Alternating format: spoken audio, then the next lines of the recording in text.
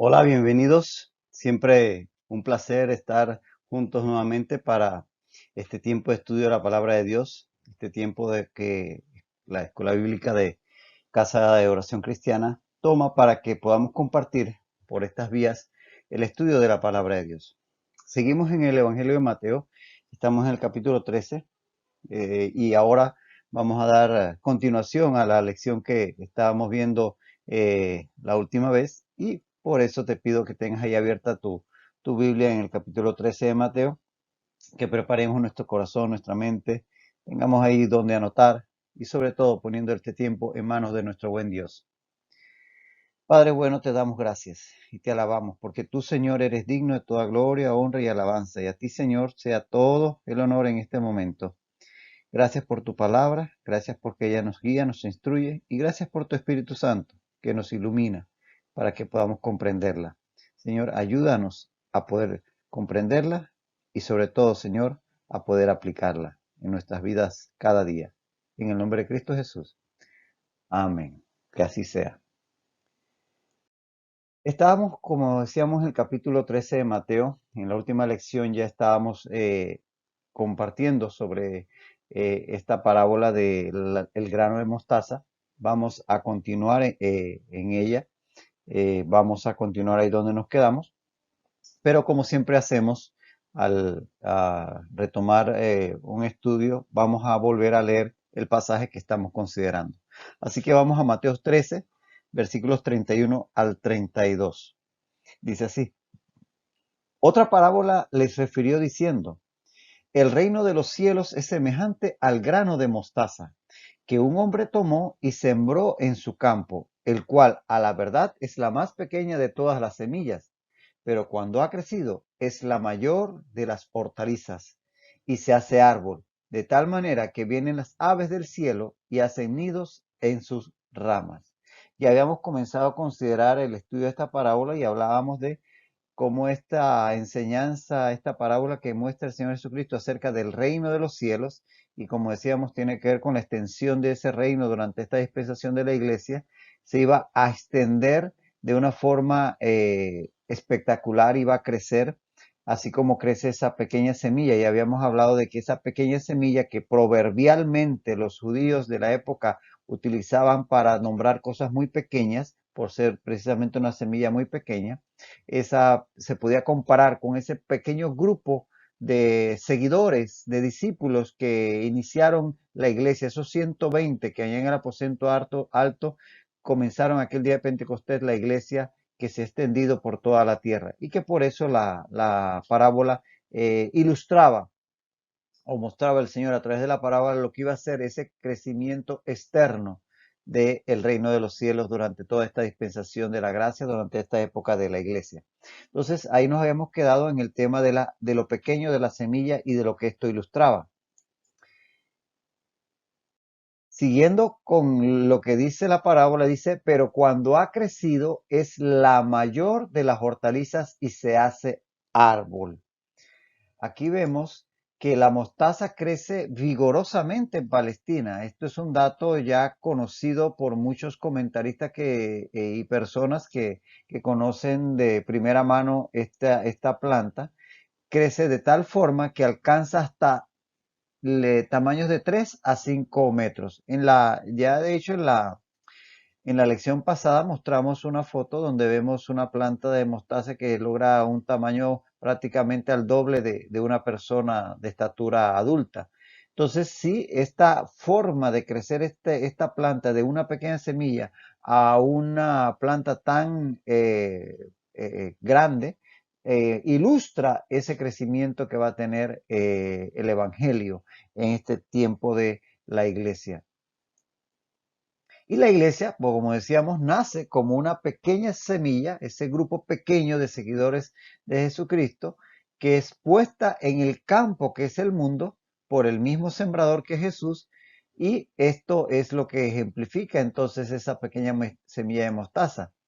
Pero de esa pequeña semilla, de ese pequeño grupo, allá en ese rincón, por decirlo así, del Imperio Romano, una provincia realmente marginal, no el centro del imperio, ni siquiera la más rica, de ese pequeño grupo en aquella región semidesértica del Medio Oriente o del Oriente Próximo, brotó la planta de la iglesia, que llegó a crecer grandemente y se extendió por todos los rincones de la tierra hasta nuestros días. Así que perfectamente la semilla de mostaza ejemplifica este crecimiento de la iglesia a lo largo de estos tiempos. Dice, de tal manera que vienen las aves del cielo y hacen nidos en sus ramas. Fíjate que la semilla llegó a ser una planta tan grande que permitió incluso que las aves se cobijaran en sus ramas. Esta ilustración es vista por algunos sencillamente como un dato que ilustra lo grande que llega a ser la semilla o la planta de mostaza a pesar de su inicio tan pequeño. De hecho, en otoño se dice que en la época de otoño en estas regiones, cuando las ramas de esta planta de mostaza adquieren mayor rigidez, aves de diversas especies llegan a refugiarse en la misma de las tormentas, en esta y en otras plantas, pero específicamente pueden hacerlo en la planta de mostaza porque llega a alcanzar tal tamaño y tal solidez sus ramas que es suficiente para que las aves se puedan posar en ellas. Entonces, nos muestra este hecho y esta expresión que llega la planta a ser tan grande que puede soportar el peso de aves y llega a ser refugio para ellas. Ahora bien, esto es visto por muchos intérpretes sencillamente como una ilustración de lo que llega a ser en la iglesia, que llega a ser tan grande que puede dar cobijo a muchas gentes de muchas naciones. Pero como esta parábola no fue eh, eh, es explicada por el Señor Jesús, ha dado pie que se den otras interpretaciones a estas aves.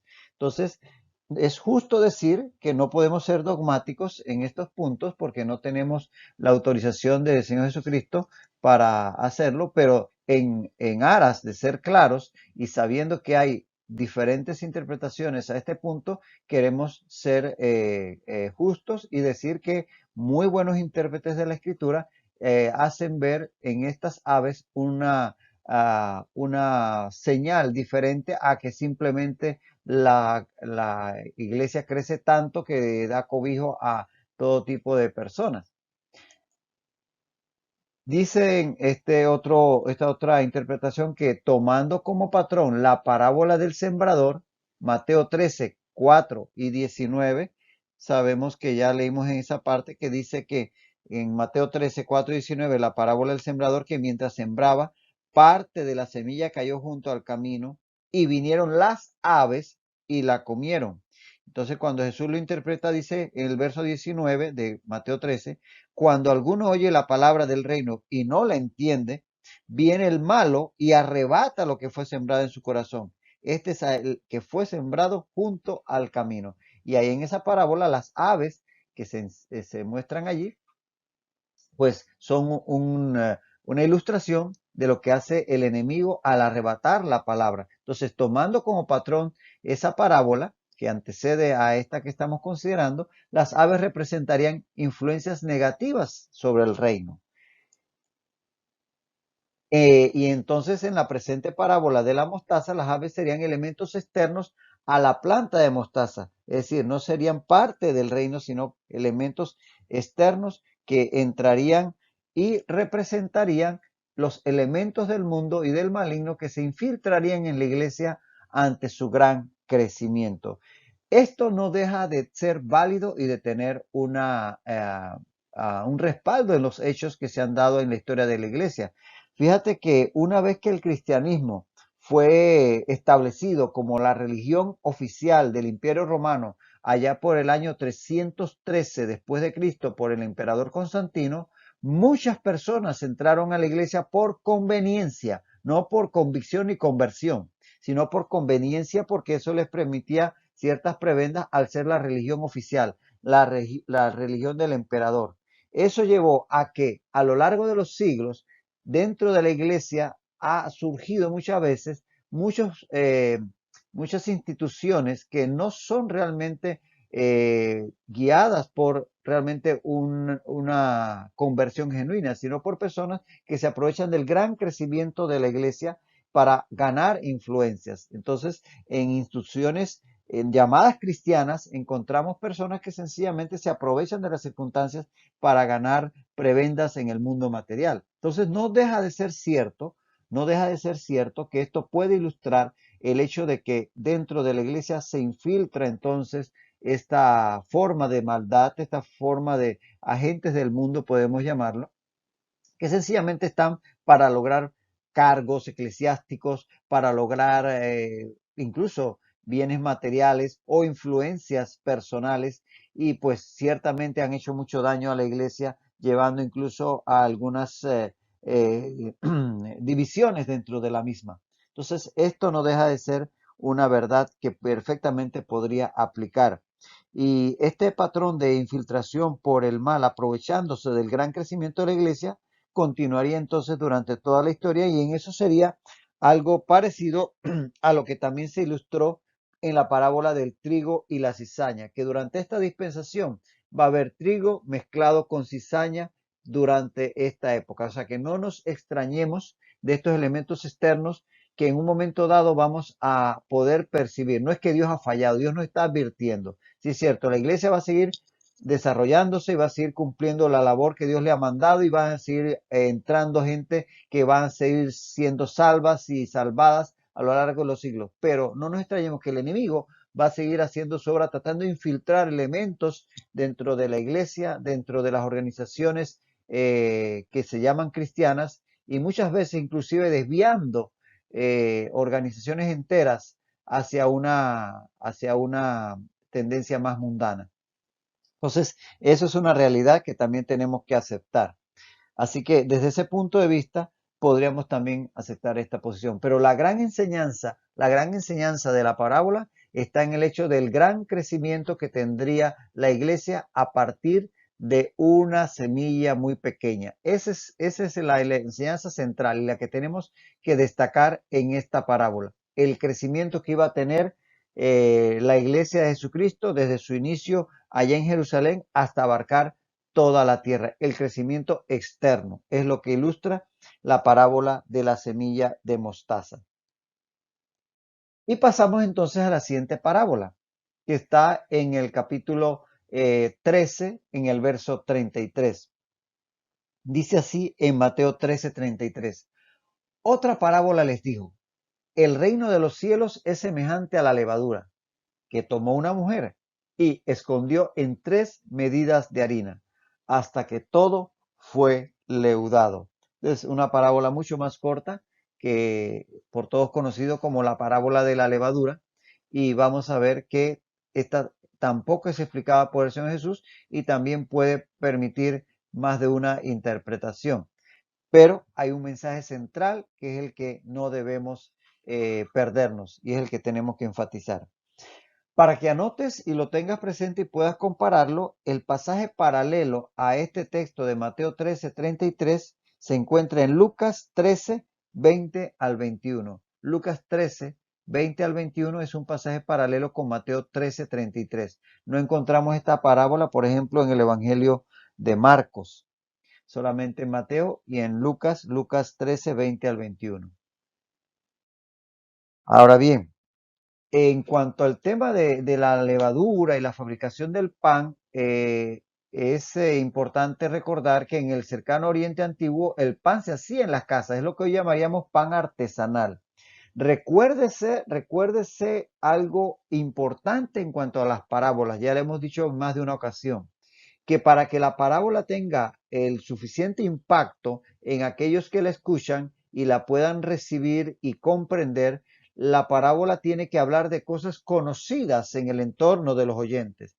Y en este caso, el tema de hacer el pan en casa era algo conocido de todos alrededor de los que estaban oyendo alrededor de Jesucristo. Así que él usa siempre temas que son comprensibles para sus oyentes. Así debe ser una parábola. Debemos ajustar nuestras enseñanzas con ilustraciones que sean cónsonas con el público que tenemos ante nosotros, y en este caso no es la excepción. Y no solamente está el hecho que se hacían en las casas, sino que además las mujeres eran las encargadas de confeccionar el pan, eran las que se encargaban de tomar la harina hecha del trigo, a echarle agua, amasarla y pues ponerle la levadura y después meterla al horno para hacer el pan. Así que las mujeres las que hacían esta labor era una labor típicamente del hogar. Y eso es importante porque quizás hay quienes han querido ver en la mujer un símbolo de la iglesia, un símbolo de inclusive de otro tipo de influencia, pero en realidad lo que la parábola nos está diciendo es lo que se hacía normalmente. Eran las mujeres las que hacían el pan, no podía decirse de otra manera. Así que definitivamente que esto era una actividad muy común y bien comprendida por los oyentes del Señor Jesucristo, la confección del pan en las casas por parte de las mujeres. Y allí entonces encontramos que la medida, se habla de que ella tomó 3 medidas de harina seguramente de trigo. También se podía hacer pan de cebada, pero era un pan mucho más rústico, un pan llamado el pan de los pobres. Pero usualmente el pan tradicionalmente era del trigo. Y la medida, que aquí dice que fueron 3 medidas que ella tomó, indicaba generalmente una medida que equivalía más o menos a 7 litros.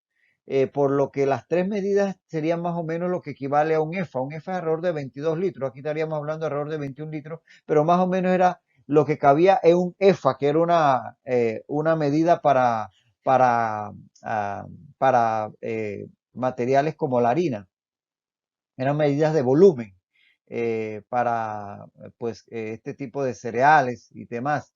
De tal manera que esa medida que se habla ahí equivalía como a un tercio en EFA y 3 medidas equivalían más o menos a un EFA, que era alrededor de 21 litros, 20, 22 litros por ahí. Ahora, esa medida puede parecer bastante. 20 litros de harina para hacer pan te puede parecer bastante, pero no era raro que una mujer preparase una cantidad tan grande, un efa de harina, 3 medidas. Por ejemplo, si lees en Génesis 18:6, en Génesis 18:6 se encuentra que Abraham dice que fue deprisa a la tienda de Sara y le dijo, toma pronto 3 medidas de flor de harina y amasa y haz panes. Era para aquellos ángeles que le habían visitado cuando estaban por ir a destruir Sodoma. Entonces, ahí vemos que son 3 medidas las que toma Sara para preparar el pan.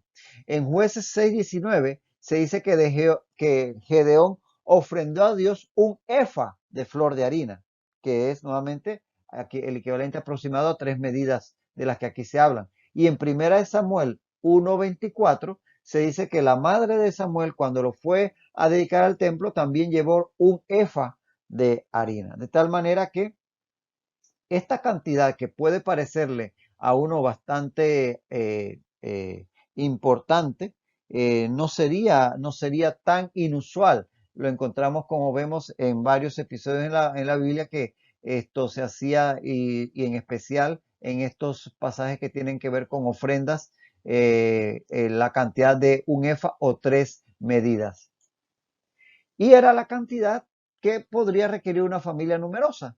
Recuerden que en aquellas épocas la tradición era tener muchos hijos. De hecho, Jesús, como ya leímos allá, citando Mateo 13, 55 al 56, cuando hablamos de cuando la madre y los hermanos buscaban a Jesús, mencionamos que Jesús tenía por lo menos 4 hermanos varones y varias hermanas mujeres. Así que Jesús creció en un hogar numeroso y su madre seguramente la vio haciendo pan para toda la familia. Así que no es extraño que él viera que estas cantidades así de voluminosas eran las que se utilizaban para hacer el pan. Así que esto no nos debe alarmar que parezca demasiada cantidad.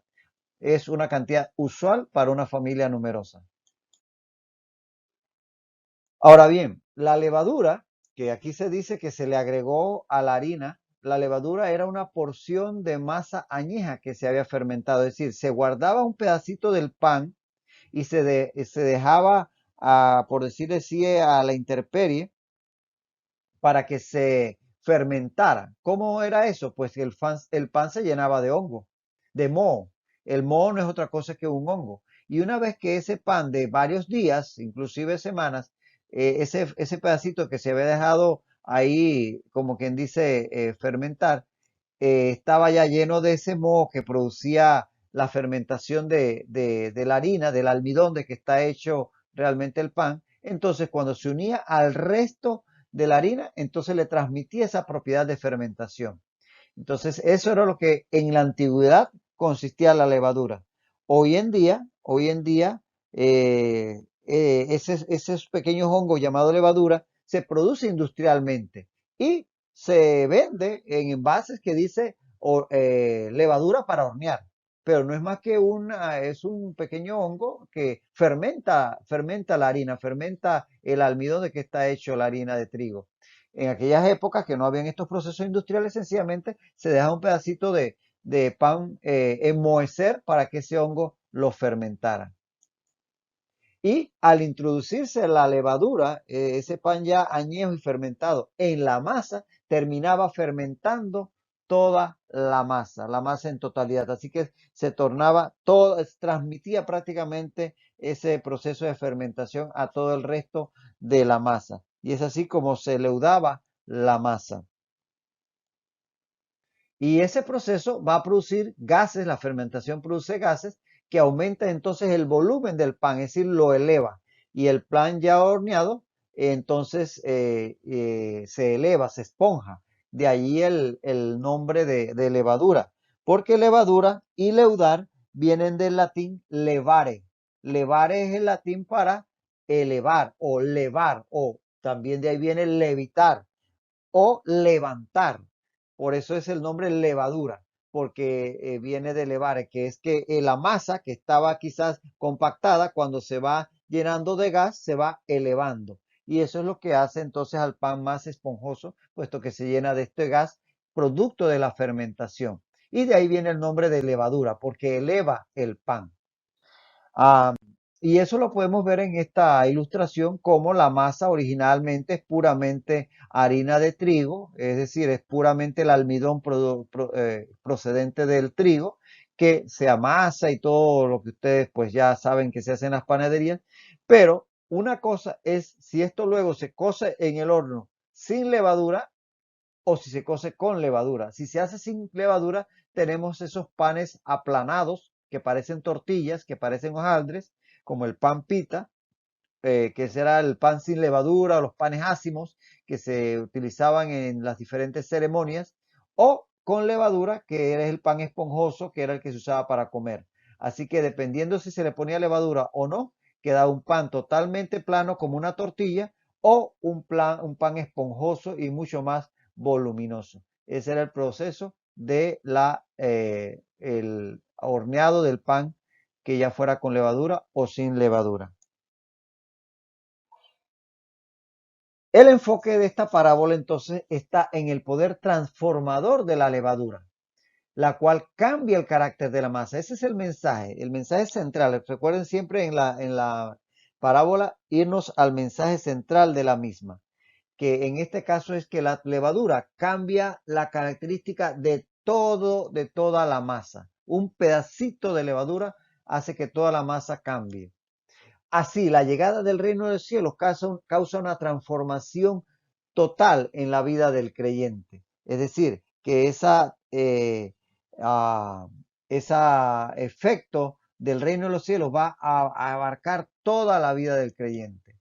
Así como la levadura actúa desde el interior de la masa para transformarla toda, así ocurre con la transformación del creyente, que una vez acepta a Cristo y el Espíritu Santo viene a morar en él, el reino de Dios viene a él, entonces llega a notarse todos los cambios posteriormente en el exterior. En todas las áreas de su vida, tarde o temprano, se van a notar. Entonces esta parábola representaría el cambio que produce el reino de los cielos desde el interior, así como la parábola de la semilla de mostaza mostraba el crecimiento externo del reino de los cielos. La parábola de la levadura muestra el crecimiento interno, que no se ve porque está desde dentro. Y así ocurre en la vida de cada creyente, que cuando el reino de los cielos viene a su vida, entonces lo va cambiando todo va afectando todo, la forma de hablar, la forma de hacer las cosas, la manera de hacer negocios, la manera de trabajar, la manera de tratar a su familia. se debe ir poco a poco siendo cambiada en su totalidad la persona, teniendo una vida totalmente transformada. Pero también podríamos extrapolar esta aplicación en el hecho que una vez que la levadura es introducida en la masa, el proceso de fermentación prosigue hasta afectarla por completo.